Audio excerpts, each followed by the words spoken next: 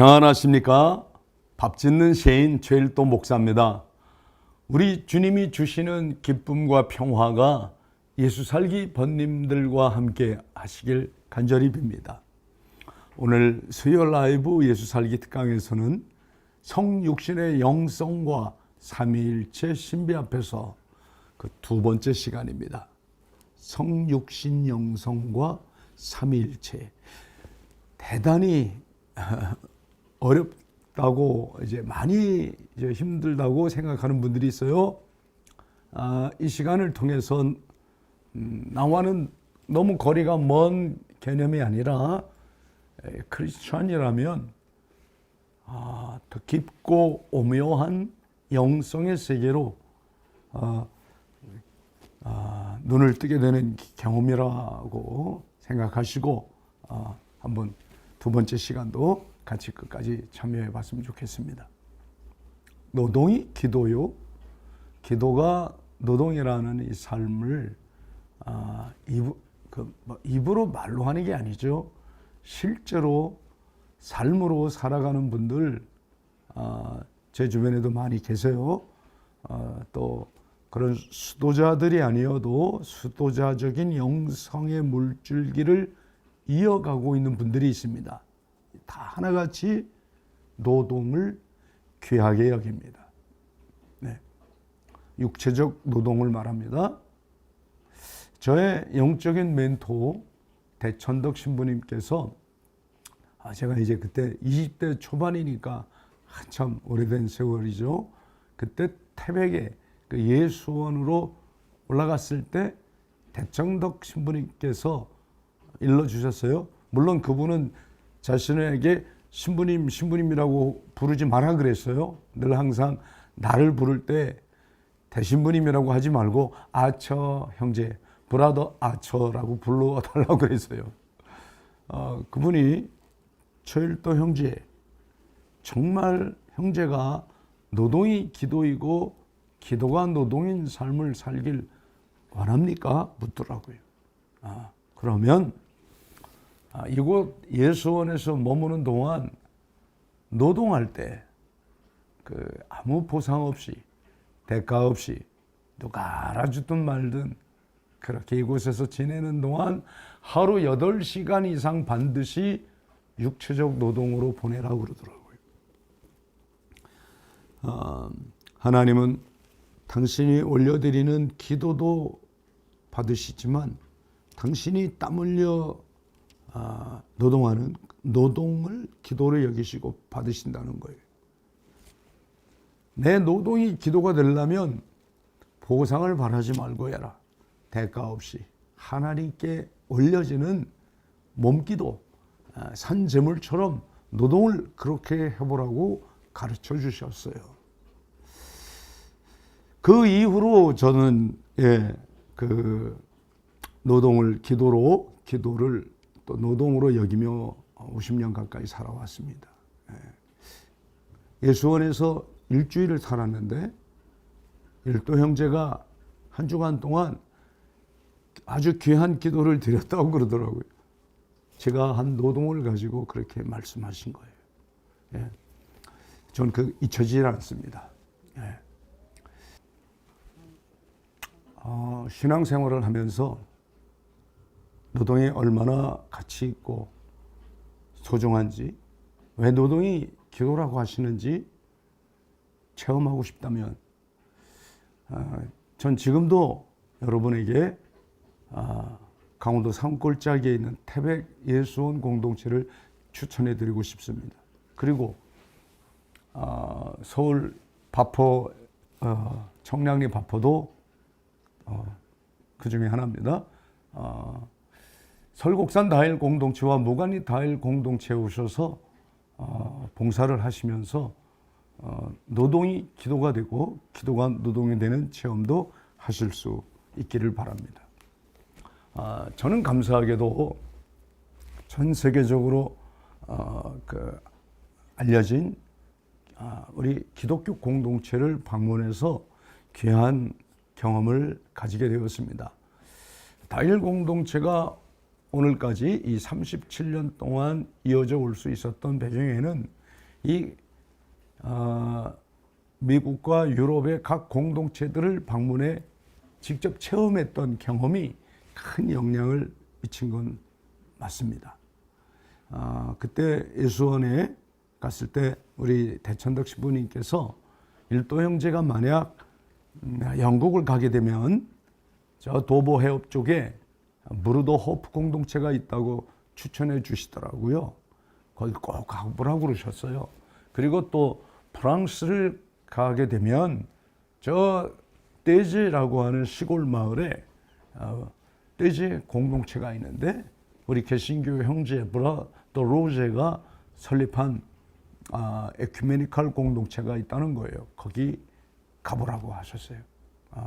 그곳에서는 다른 교파, 다른 교단, 심지어 교리가 달라도 교파가 달라도 믿지 않는 사람들까지 그 당시에는 이제 히피족들이 있고 그랬으니까 누구나 다 아무런 자격 없이 와서 함께 같이 주님을 찬양하고 또 공동체 생활을 잠시 경험할 수 있다고 그러더라고요. 그리고 독일에 가게 되면 기독교 마리아 자매회가 있는데 거기도 한번 가보고 그 위쪽으로 그랑샹이라고 하는 공동체도 있다 그랬어요. 저는 물론 이제 그때 스위스의 라브리 공동체가 꽤 많이 알려졌었어요.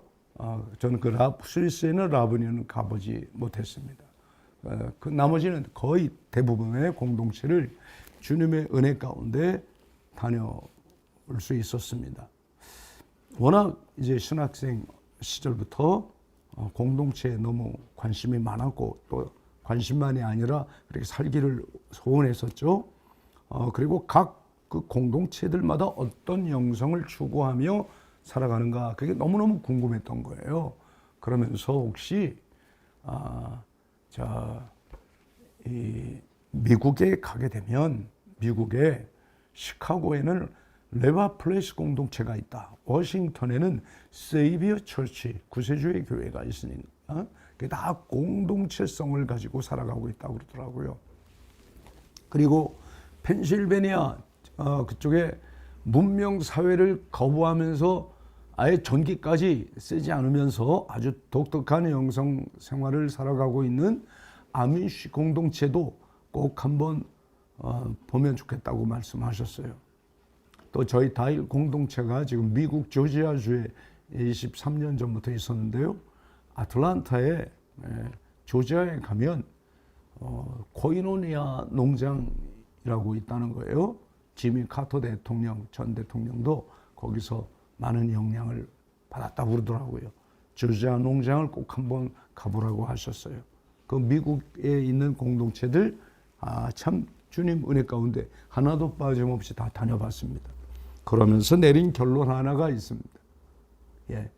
2000년 전 그 원시교회, 최초의 교회, 그 영성을 이제 사도행전에 나타나는 그 초대교회 모습 그대로 지금 여기서 하나님 나라를 앞당겨 살려고 하는 사람들에겐 이런 공통점이 있구나. 하나같이 그분들이 2000년 기독교 역사 속에 내려오는 기독교 영성사와 영성의 맥을 붙들고 그 영성의 물줄기에 다양한 전통들을 다 나름대로 균형 감각을 갖고 살려고 애쓰는 사람들이라고 하더라고요. 네. 어떤 공통점이 있냐? 노동을 기도로 여겨요. 노동을 그렇게 중요하게 여깁니다. 제가 지금 말하는 게 정신 노동이 아니에요. 육체적 노동을 말합니다. 노동. 여러분, 그러면서 그분들에겐 결코 오만함이 없었어요. 독선적이지 않고 그러면서도 열려 있으면서도 다양성을 존중해 주는 그분들 삶을 보고 정말 신학생 시절에 전 너무 큰 신선한 충격을 받았던 겁니다. 도시 공동체든지 시골의 전원 공동체든지 노동이 기도요, 기도가 노동이라는 이 고백과 실천이 있었습니다. 그래서 저는 유럽에 있는 공동체들을 신학생 시절에 경험해보고 어떻게 하면 저의 모교인 장로회 신학대학을 졸업하고 이제 독일에 가서 선배들이 공부하는 곳에서 저도 공부하기를 원했죠. 하지만 제 아내는 저와 생각이 달랐어요. 장소도 달랐어요. 전 독일로 가길 원해서 독일로 갑시다 했는데 그럴수록 아내는 프랑스로 가자는 거예요. 왜 프랑스냐 그랬더니만 왜 기독교 목사는 전부 미국 아니면 독일이냐는 거예요. 프랑스 북쪽에 저 스트라스부르크에는 좋은 개신교 신학대학도 있더라면서 얼마든지 당신이 더 공부를 하길 원하면 거기 스트라스부르크에 살아가는 거예요. 아내는 프랑스로 가자 그러고 저는 아니 독일로 그랬더니 하나님은 너희들은 청량리로 가라 이렇게 떠밀어서 그야말로 청량리로 왔던 거죠. 저희 부부의 첫 번째 사명 실현지 공동체 삶의 자리가 전원도 아니고 도시 한복판 그것도 청량리였습니다.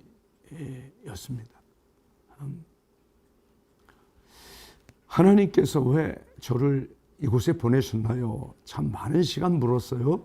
왜 저를 이 청량리 뒷골목에 그냥 던지셨을까? 꽤 많이 한 5년 이상을 그렇게 계속 질문했던 것 같아요. 처음엔 그 뜻을 깨달을 수 없었기 때문이었죠. 이제 이곳에 처음 들어온 지 37년이 되었어요. 이제 곧 40년이 되어 갑니다. 여러분, 제가 오늘 여러분에게 드리고 싶은 이야기가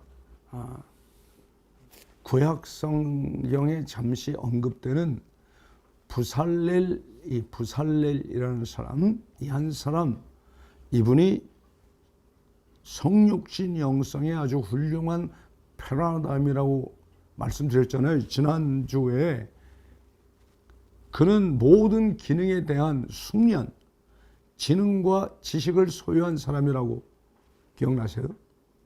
이거 참 중요한 얘기예요. 그는 정신 노동하는 분이 아니고 육체 노동자였어요. 기능공이었다고. 기능공. 금과 은과 놋과 보석과 나무들을 예술적으로 사용할 줄 아는 노동자였습니다. 그에 대한 성경의 표현이 뭐예요? 하나님의 영으로 충만한 사람이라는 거예요. 하나님의 영으로 충만한 사람. 출애굽기 31장 1절에서 5절까지를 읽어보겠습니다. 출애굽기 말씀입니다. 31장 1절에서 5절. 여호와께서 모세에게 말씀하여 이르시되 내가 유다 지파 훌의 손자여 우리의 아들인 부살레를 지명하여 부르고 하나님의 영을 그에게 충만하게 하여 지혜와 총명과 지식과 여러 가지 재주로 정교한 일을 연구하여 금과 은과 노소로 만들게 하며 보석을 깎아 물리며 여러 가지 기술로 나무를 새겨 만들게 하리라. 여러분, 부살렐이 가졌던 특징에 대해서 몇 가지 한번 살펴보겠습니다. 3절 말씀을 보면 하나님의 영을 그에게 충만하게 하여 하나님의 영을 부살렐에게 충만하게 하여 지혜와 총명과 지식과 여러 가지 재주로 정교한 일을 연구하게 했다는 겁니다. 아주 간결하게 다시 명료하게 좀 적절하게 한마디로 성육신 전통에 대해서 이야기를 하라고 하면 그동안요 너무 많은 사람들이 영적인 것에만 거기에 뭐가 신비가 있는 것 같이 여기고 그 사람들이 이런 고정관념이 많았던 거예요. 신령한 하나님의 계시가 있는 곳은 따로 그런 특별한 거룩한 장소라고 여겼던 거예요. 그런 고정관념에서 물질적인 것에 더 적나라한 표현으로 하면 가장 세속적 일 가운데서도 거룩하신 하나님 그분을 발견하라는 거예요.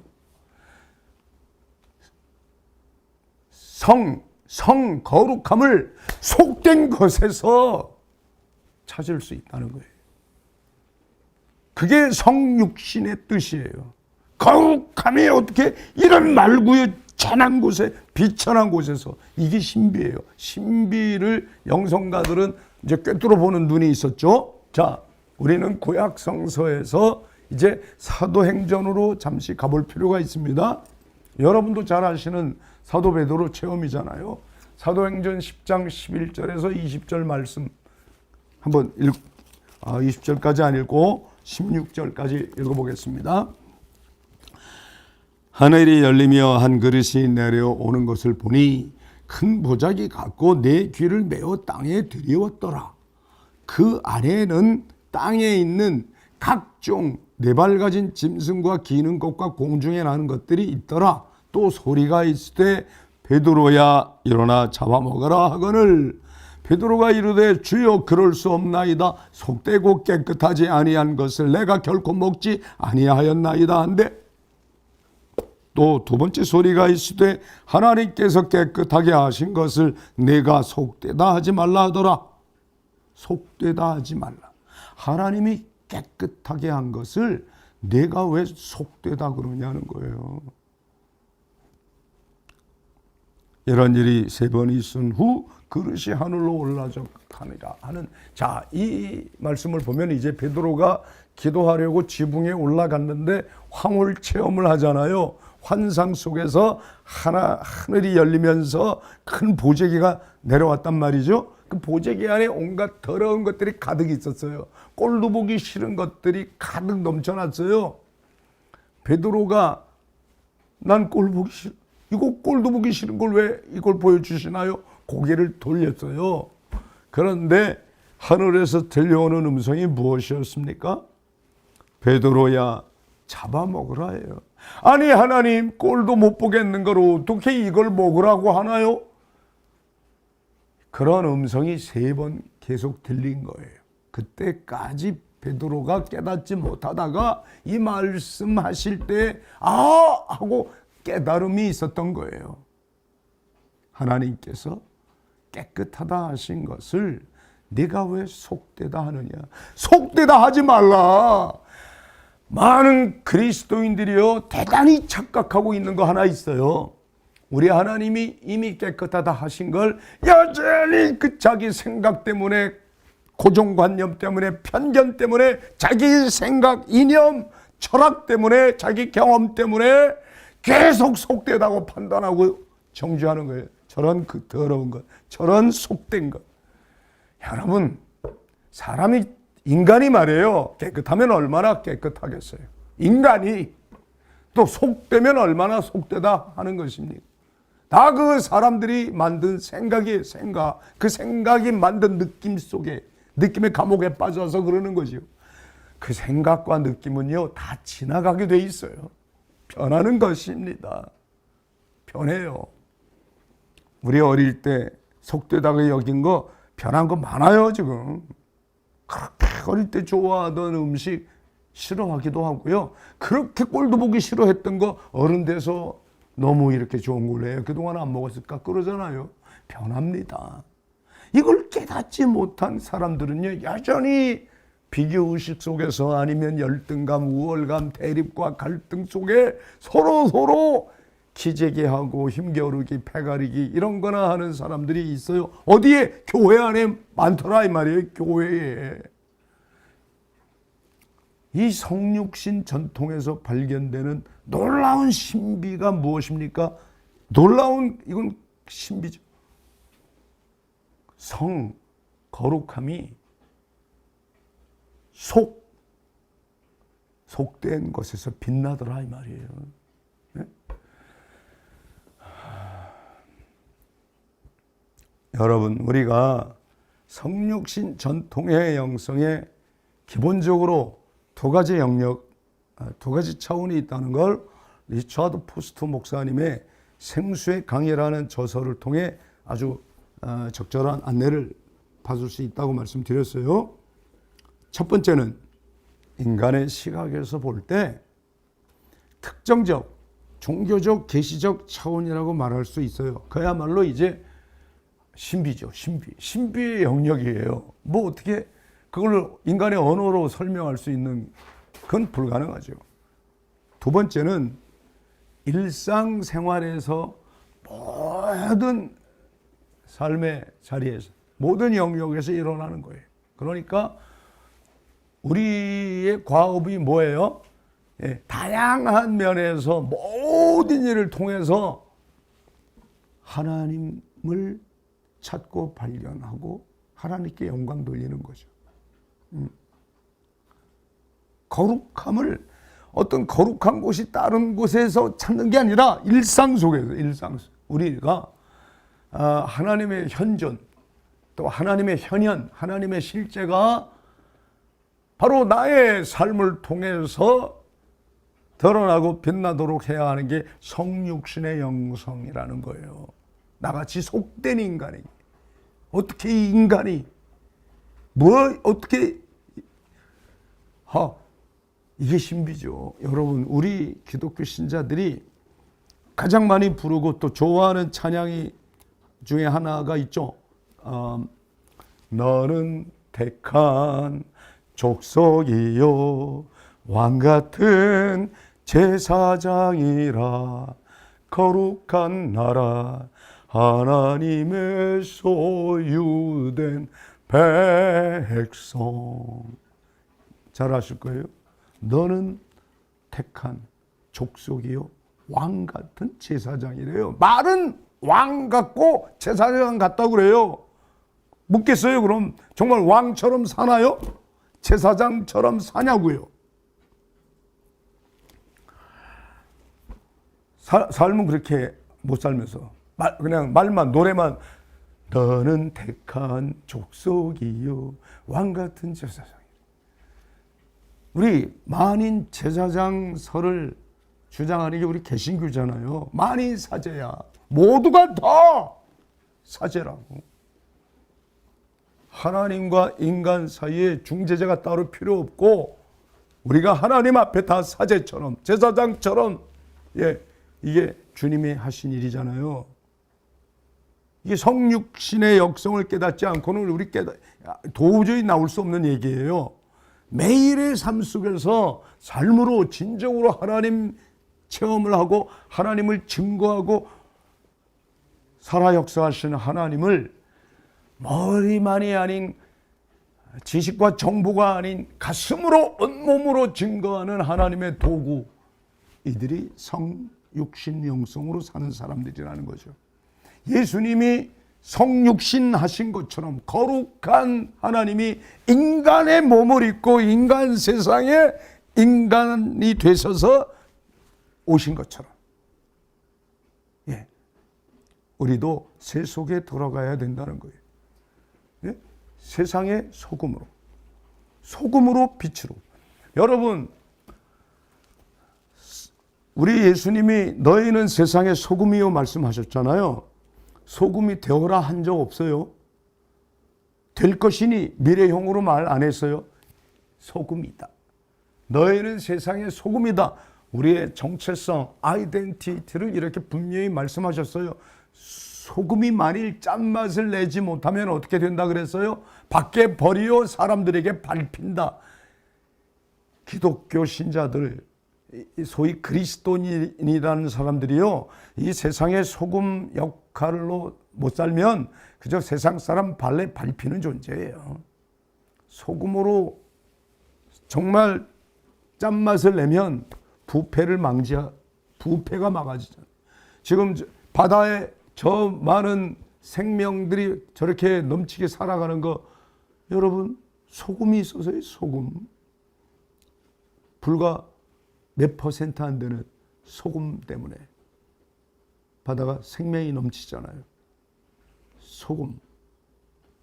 우리가 세상의 소금으로 사는 것에 더 관심을 갖고 또 그렇게 내가 소금이 이 세상에 던져진 소금이라니 하고 이걸 깨닫는 사람이 세상의 소금인 거예요. 자기 의지 노력으로 소금이 되는 게 아니라 앞으로 될 것이다가 아니라 소금으로 사는 거예요. 그런 사람을 가리켜 시차를 두고 너희는 세상의 빛이다. 소금과 빛 이렇게 말했어요. 그런데 아직도 많은 사람들이 빛과 소금이래요. 빛과 소금. 소금과 빛이라고요. 우리 정체성이. 소금이 먼저예요. 순서가 중요해요. 소금과 빛이라고. 이 소금으로 사는 삶. 이 성육신 영성이 무엇인지 깨달은 사람은 여기에 저절로 동의가 되는 거예요. 맞구나. 내가 이 세상에 던져진 소금이라니 깨닫고 사는 거죠. 작게나마 실천하는 거죠. 오늘 수요 라이브 성육신의 영성과 삼위일체 신비 앞에서 두 번째 시간이었습니다. 다음 이 시간에는 성육신 영성과 삼위일체 신비 앞에서 세 번째 시간 함께 주시면 대단히 감사하겠습니다. 다음 주 만나겠습니다. 샬롬, 샬롬. 일부러 안 해서 할 마음이 없어서. 그리고 맨날 똑같은 사람 맨날 찾아서 뭐해. 네, 수고했습니다. 나중에 내가 이거 한 것만 빼.